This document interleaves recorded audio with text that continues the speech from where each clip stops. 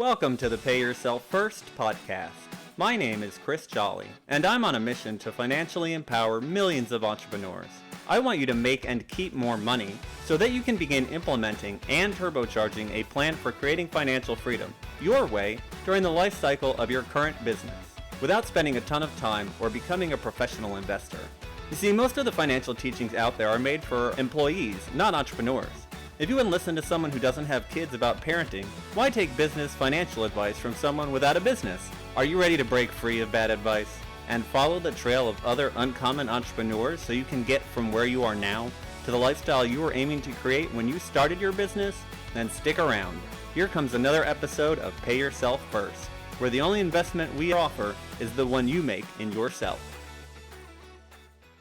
All right, everybody, welcome back to the show. I'm super excited, as you know that I always am, because today I have another amazing entrepreneur on with me. Her name is Megan Nolan. She's calling in from Hawaii today, and her business is Vitality Wellness. Megan, thank you so much for coming on the podcast today. I'm really excited to have you on. Hello. Thank you so much for having me. I'm happy to be here. Awesome. Very cool. I know we're going to have some great conversation today, and I'm sure you have a lot of value to deliver for my audience. And I know it's going to be a lot of fun for me. So let's go ahead and just get started. Megan, tell us a little bit more about your business, who you serve, and what you do inside of it. Absolutely. So I am very passionate about helping other entrepreneurs to get out of self-care overwhelm by creating a meaningful morning routine that is the foundation for your health, for your happiness, and ultimately for your success. I believe that in order to be truly successful, that you do actually need to be healthy and happy, because how you cross your finish line is dependent on you. And when you make yourself and your health a priority, it is actually a very high ROI activity. And that is something that I believe should be a top priority. And so I think the morning routine has been the tool set that I go to, that I use, and that is so powerful and effective for my community and for my clients. Gotcha. Can you give us a little window into what your morning routine is like? Sure. Yes.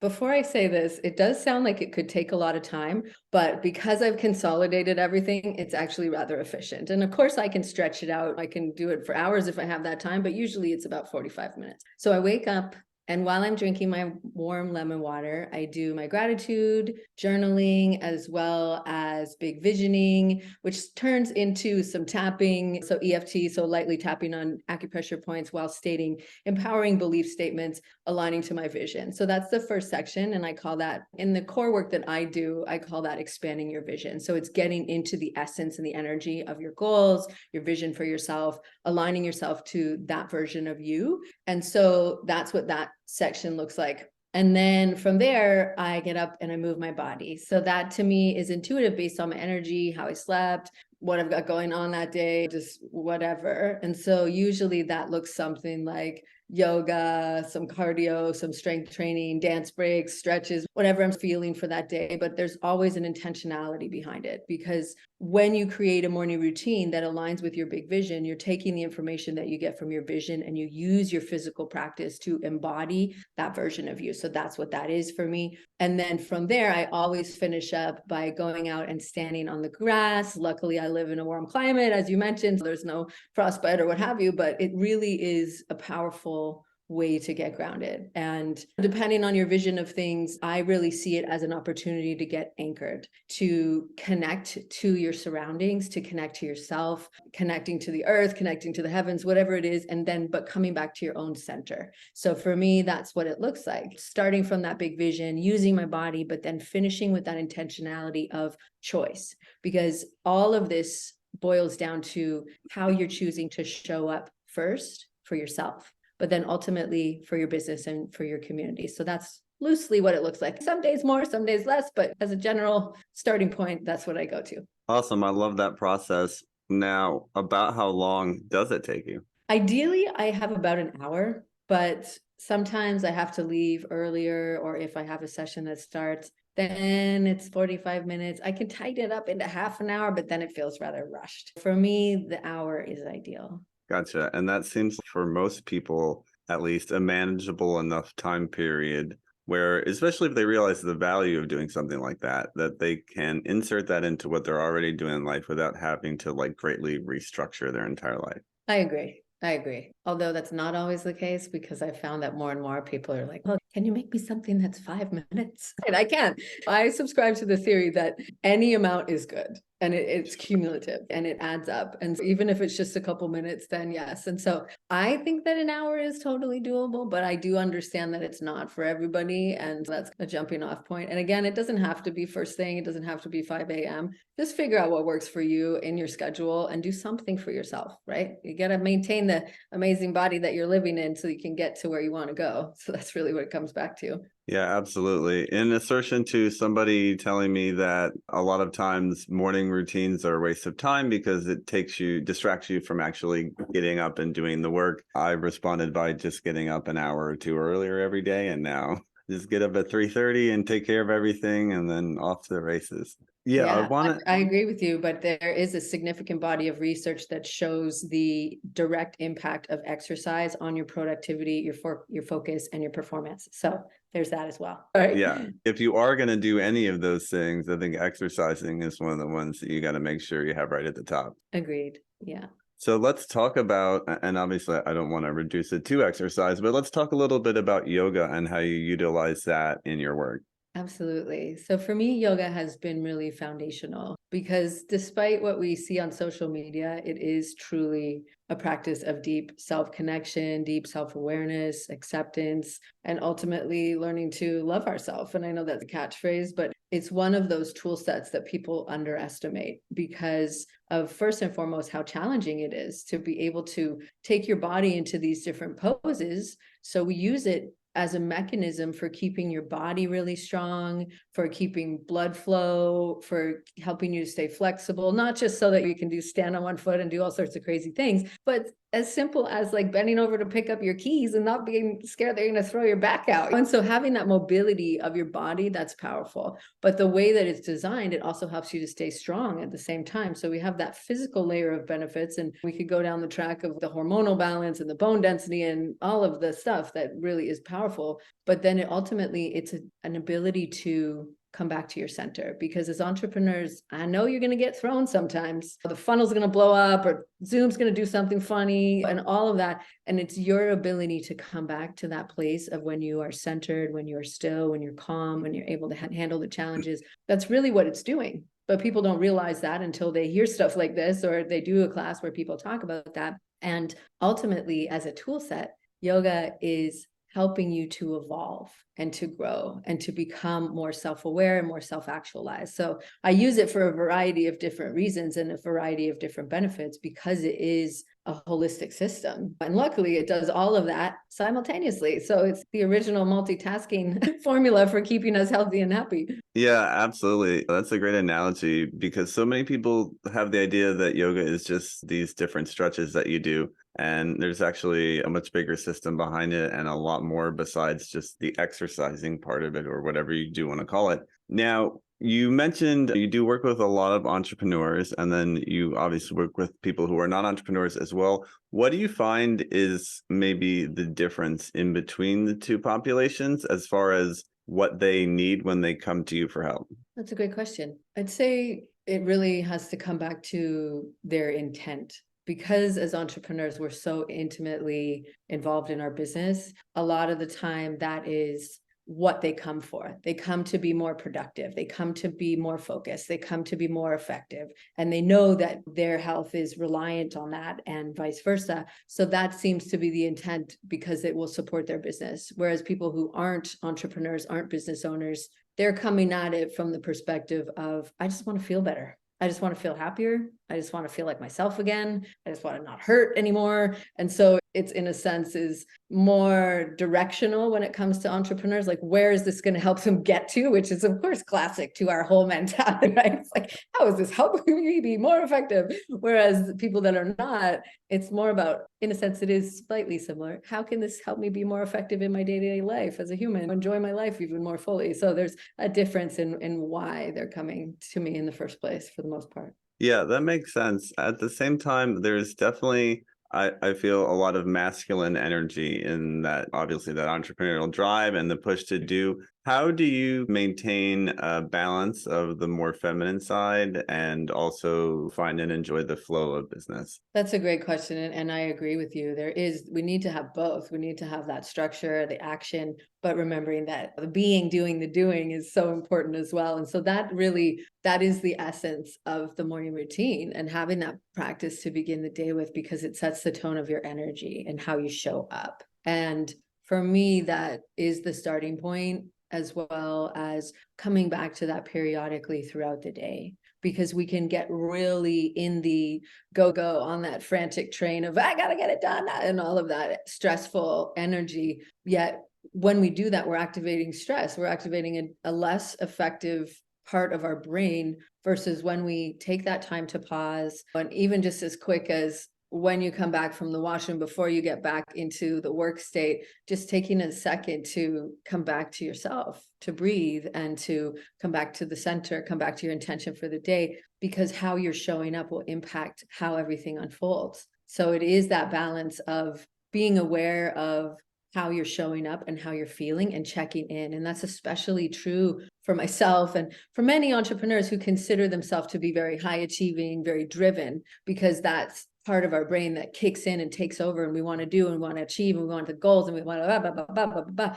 And when we come back to that place of presence, we activate your prefrontal cortex, which is a much more effective place to be working from, because that's your higher mind, your intuition, your guidance, your creativity. And so you're shifting yourself into a thriving state. And that's the essence of the feminine, is that energetic space for ease and flow. And so there is a dance for sure within everything. Yeah, and it's so important to seek that balance, I think, as best you can, or at least know when the right time to use the right energy is, because at least I feel so much of the affirmation, positive thinking community, manifestation advice is basically, if you just think about what you want in a really nice way and are happy about it, it's bound to show up in your lap. And that's definitely a part of what helps. If you don't ever take any action, clearly nothing's going to get accomplished. Exactly. There's a lesser known law of the universe that I learned about from John Assaraf, and he was in The Secret, but he's also studies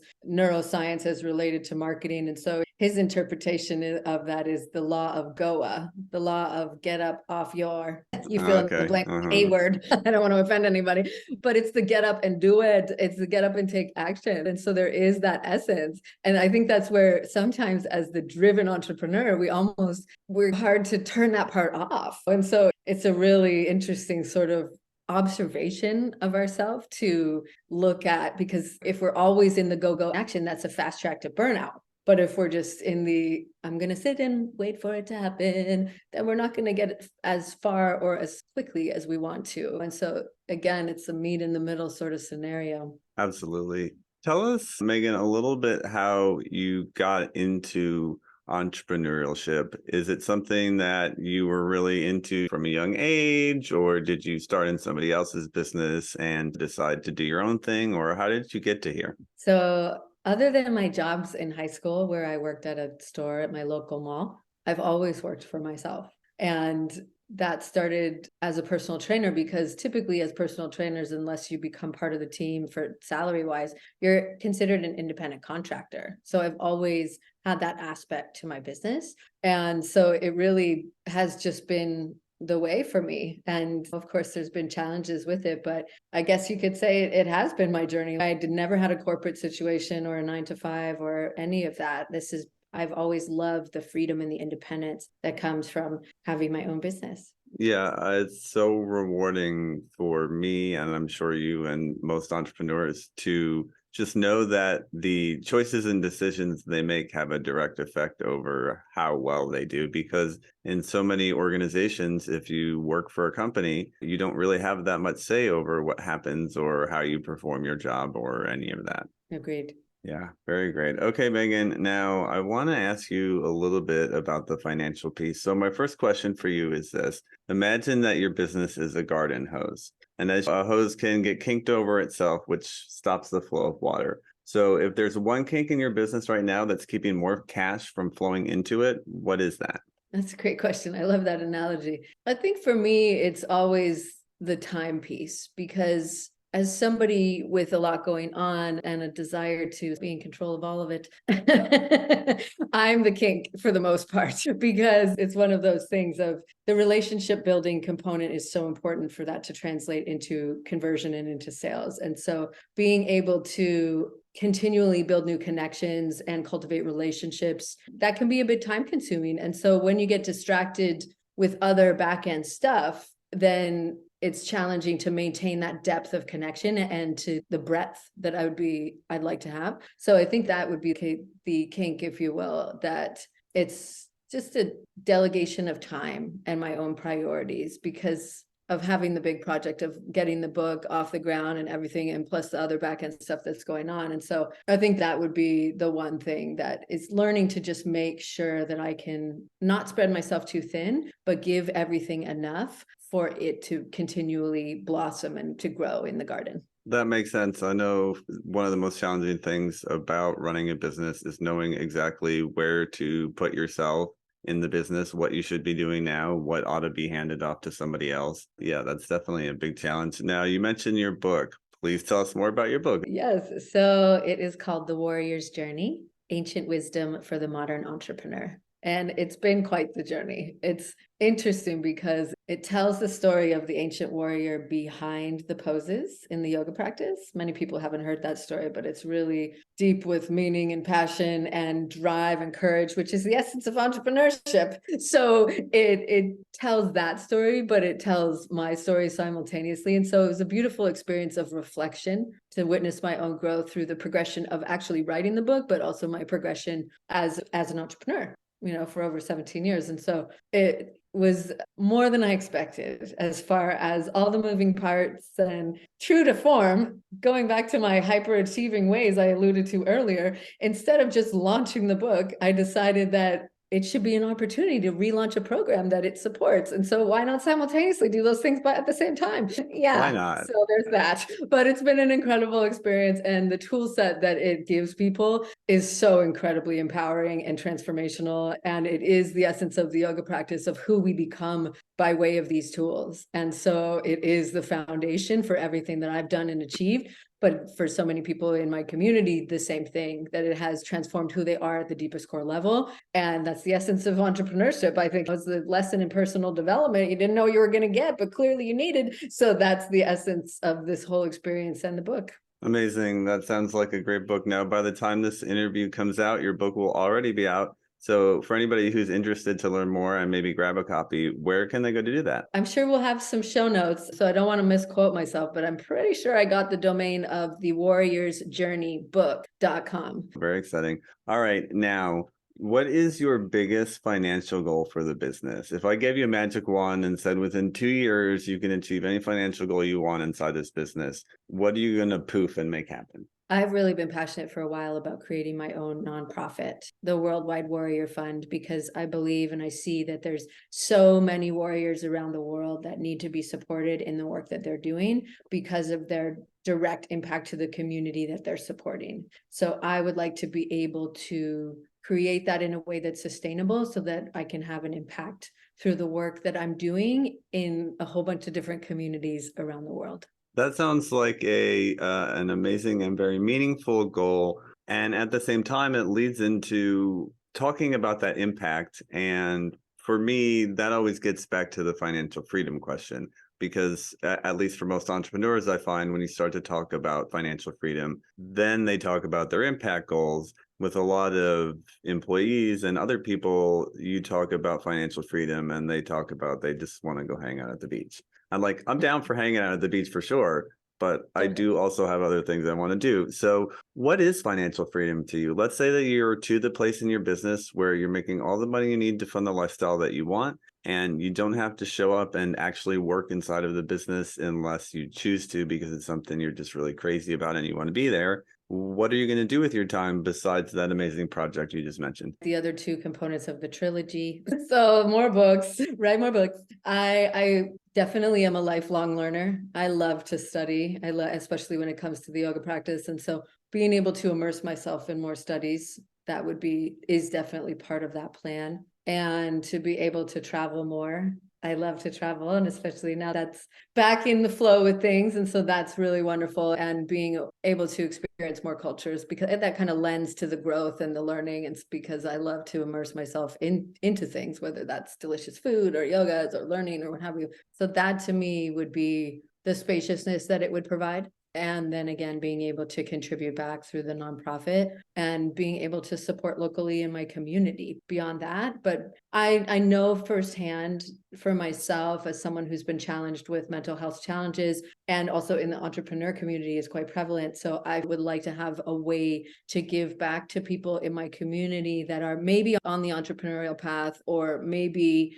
in that direction, but are having some inner blocks or mental health, mental wellness challenges. So being able to really use the work that I'm doing and the profits that are being generated to benefit in a much wider and a more impactful way. Because once I have everything I need, then I want to be able to continue to give back. I feel like that's part of the formula. So for me, that's what it would allow for. I love it, Megan. That's an amazing vision. Now tell me, of all of the places that you've really been wanting to travel to recently, what is at the top of the list? Oh, I love Thailand. I love Bali. We would like to maybe go to Vietnam or Cambodia, and so maybe do a little tour over in Southeast Asia. I've always wanted to go to Greece and do a tour through the smaller islands. I love olives. So anywhere with olives or really like rich spiritual culture, I could go either way. Olives and wine, temples and relaxation, whichever, or both. I love it. It's actually so funny you mentioned olives. I was having a conversation with my girlfriend yesterday,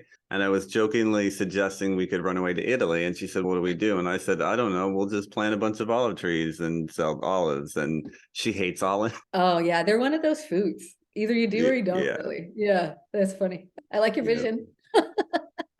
Thank you very much. Okay, now as you're working towards financial freedom, do you have some kind of system that you follow? Do you follow a written plan, or how does that work for you? Written as in digital, but as far as goal setting and tracking. So I have a really awesome spreadsheet that helps me with all of that, because I'm not particularly numbers oriented, although I'd like to change that story. But yeah, that really helps me as far as tracking and making sense. And visually, it's nice to see the progression that way, because then it alleviates the mind chatter of, oh, we're not doing anything, we're not getting farther ahead, all of that nonsense that can tend to start squawking in the background unless you can have hard evidence to the contrary. Yeah, absolutely. Okay, if I gave you $10,000 right now and said you could invest it in anything that you wanted to outside of your business, what would you do with the money? My first inclination is to take a month off and go to study and be immersed again. That's always my go-to when I have that extra and that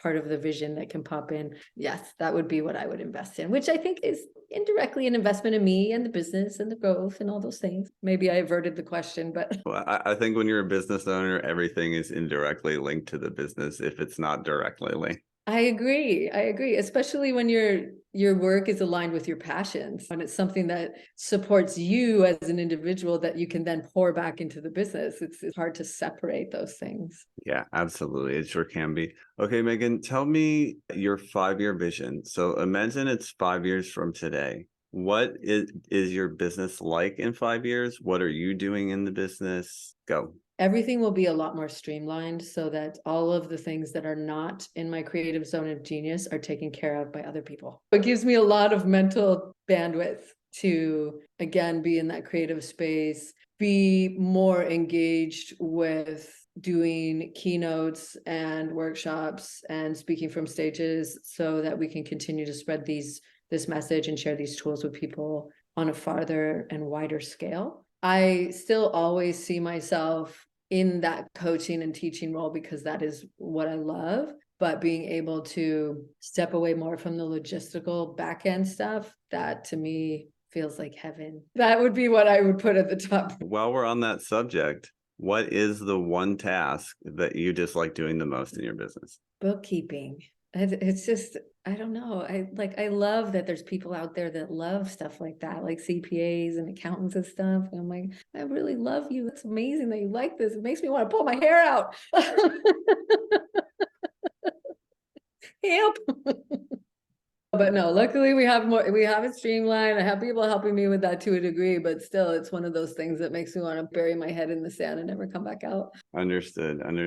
Okay, so what have you found to be most effective for you in terms of saving money and investing and working towards financial freedom? Really looking at things that I thought were necessary, but being able to streamline things and consolidate so that you're not investing in a variety of platforms that end up doing the same sort of things, and getting a bit more streamlined and having tools that are multifaceted so you can alleviate some of the extra stuff that it doesn't seem like much. Oh, it's only $15 a month. But then if you've got 6 of those, and then you start to look at how that layers up and stacks. So getting a bit more streamlined and making sure that you have the tools, because if you're at the same time, that being said, if you're trying to piece it all together and use like hammer banging it all together, and that again is not really conducive to scalability or to the growth that you're looking for. So for me, that's been really helpful to just be a little bit more diligent, or I guess vigilant is the word, with what I'm bringing on as far as smaller price point investments.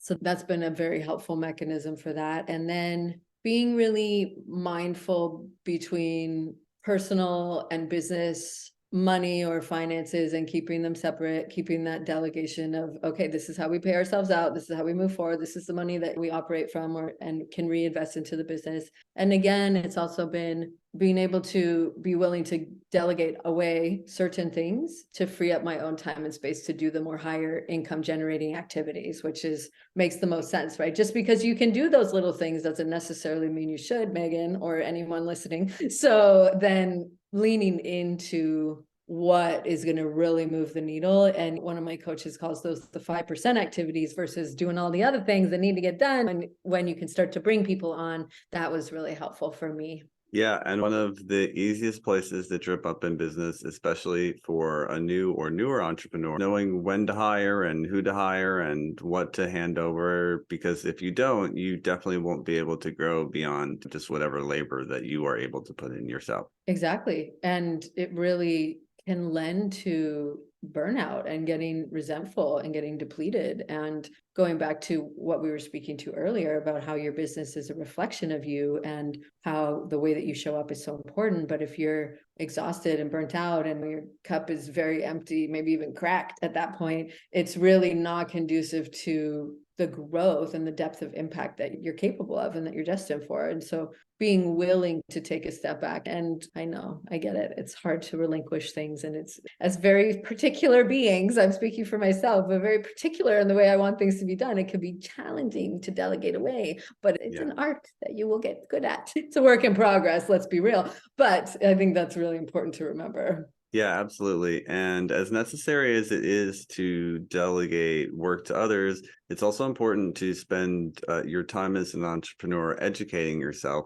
And one of the areas that I feel it's somewhat difficult or maybe not as readily available for an entrepreneur to educate themselves is in the financial arena, because you have, if you get a job with a corporation, and maybe it's not even an education, but they at least make you do the thing. They put the paper in front of you and they say, sign here, we'll give you this much towards your retirement, and then you do it, right? With an entrepreneur, there isn't any of that, and you have to go out and seek the education yourself. So what sources have you found most useful to you in becoming financially educated as a business owner? Luckily, a few of the courses that I have been part of have had components to that, because they are crafted intentionally from people that are much further along the track and have integrated and implemented these different ways of spending and earning and saving. And so giving us tools and frameworks to start from, because I agree with you. It's one of those things that we can easily just, oh, I'll deal with that later.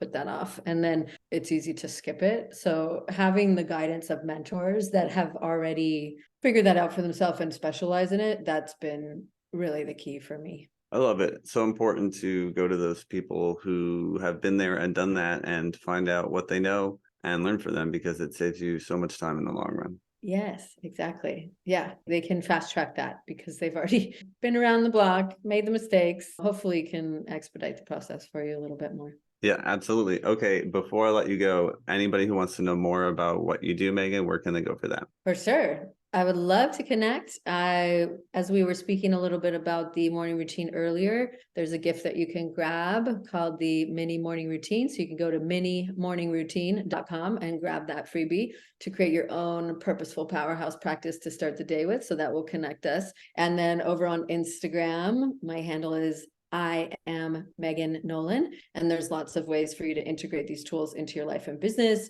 so that you can be holistically happy and successful. So let's connect over there. And that way you can ask any questions or share any takeaways. And then all of those avenues, both through the email channel and the Instagram channel, will definitely keep you in the loop about the book. So those will direct you once that is ready to go. Very cool. Awesome, Megan. A lot of valuable insight and just great conversation for myself and the listeners today. So I really want to thank you again for taking the time to be on the podcast and share yourself and your business with all of us. It's been really nice having you on. Thanks so much. It's been really fun chatting with you as well. Awesome. Appreciate it. To everybody else out there, if you had a great time on this podcast as well, we'd really love it if you would go ahead and give us one of those subscribes. And if you can leave us one of those 5-star reviews, it helps out a ton too to get the word out to more entrepreneurs. Lastly, if you happen to be an entrepreneur yourself and you want to come be on the podcast like our amazing guest Megan today, please go ahead and go to pyfpodcast.com. That's the letters pyfpodcast.com, and we would love to have you on as well. All right, everybody, we will see you next time. If you've listened this far, chances are you're an entrepreneur looking to become more financially literate and create financial freedom for yourself from your business. The Pay Yourself First podcast. Is definitely here to help with that. My goal is to continue to share what I've learned about using your business as the tool to create financial freedom. But let's face it, it would take me years to share with you everything you need to know via these episodes. Creating financial freedom is something that most people never even consider, let alone make a plan for or take action towards. It's something almost no one was taught anything about. Doing it as an entrepreneur is even more challenging, especially without support. So if you're ready to get clear on what financial freedom looks like for you, come up with an action plan, and get the support systems and accountability you need, I invite you to consider the Abundantly Infinite Entrepreneur.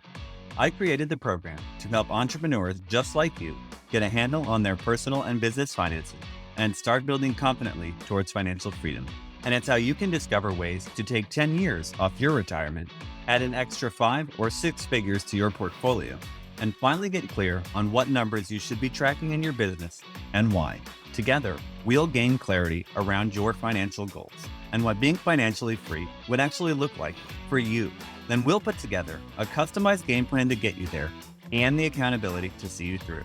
And by the way, you're also going to get all the spreadsheets you need to run your numbers, lifetime access to the materials, including any updates, and entry into our members-only community. In addition to all the knowledge, coaching, community, and systems that you need to create financial freedom from your business, you'll also receive a free financial assessment, a retirement planning session, and guided meditation aimed at helping you embody the feeling of true financial freedom. So yeah, you can just listen to the free content on these podcasts to help you move towards becoming a financially free entrepreneur. And sure, you'll likely see some results, or you can make the decision to commit to learning, implementing, and embodying what you need to know to create the financially free life you dreamed of when you started your business journey. Click the link in the show notes to answer a quick questionnaire, and you'll be on your way to joining the Abundantly Infinite Entrepreneur.